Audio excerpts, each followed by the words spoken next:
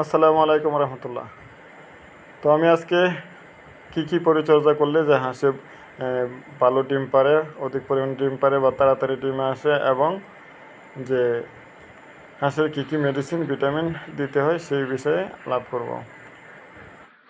তো সবচেয়ে গুরুত্বপূর্ণ বিষয় হচ্ছে যে আপনার হাঁসের খাবার খরচ কমাতে হবে। তো সেই দিকে খেয়াল রেখে অবশ্যই প্রচেষ্টা করতে হবে। আর হাঁসকে ডিমে আসার এক মুহূর্তে প্রচুর পরিমাণে খাবার দিতে হবে, ভিটামিন সমৃদ্ধ খাবার, বিশেষ করে দানাদার খাবার। তো আমার হাঁসকে আমি হাতে তৈরি খাবার খাওয়াই, যেমন ভুট্টা ভাঙা, চালের খুদ, গম, এবং সাথে কিছু খোল, সরষের খোল মিক্স করি, আর কিছু ব্রয়লারের ফিড দিই, যাতে এদের পুষ্টিটা পরিপূর্ণ পায়। আর এর সাথে আমি অ্যাড করি প্রোটিন মিক্স, ডিসিপি, আর কিছু এগ ফর্মুলার মেডিসিন। তো এই হচ্ছে আমার হাঁসের ডিম পাড়ানোর খাদ্য। তো হাঁস কেবল 1.5 মাস যাবৎ ডিম পাড়তেছে। তো খাবারের একটু কষ্ট হচ্ছে, কারণ আমি অন্যান্য কাজের ব্যস্ততায় আমি হাঁসকে ভালোভাবে খাবার দিতে পারি না, মাঝে মধ্যে মিস যায়।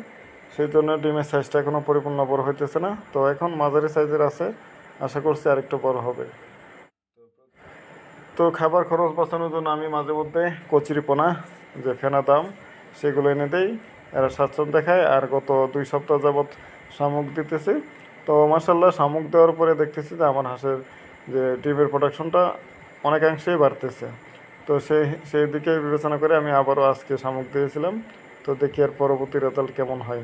যদি ডিমের এই যে বাড়ন্ত অবস্থাটা যদি অব্যাহত থাকে, যদি ফুল প্রোডাকশনে আসে, তাহলে অবশ্যই একটু লাভবান হওয়ার সম্ভাবনা থাকে।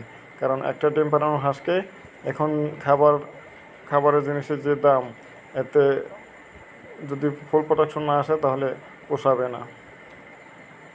তো আমার এই খাবার মিক্সিংটা প্রায় 35 টাকা কেজিতে পড়ে যায়, যেহেতু আমি ভুট্টা ভাঙানো সহ 30-31 টাকা পড়ে, গম পড়ে 38 টাকার মতো।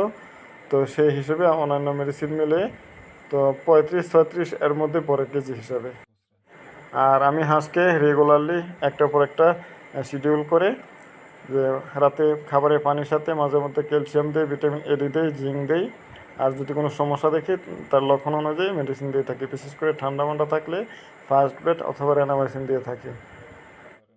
তো হাঁস নিয়ে খুব বেশি চিন্তা করার প্রয়োজন নেই। হাঁস যদি সুস্থ থাকে, ডিম প্রোডাকশন এমনিতে আসবে।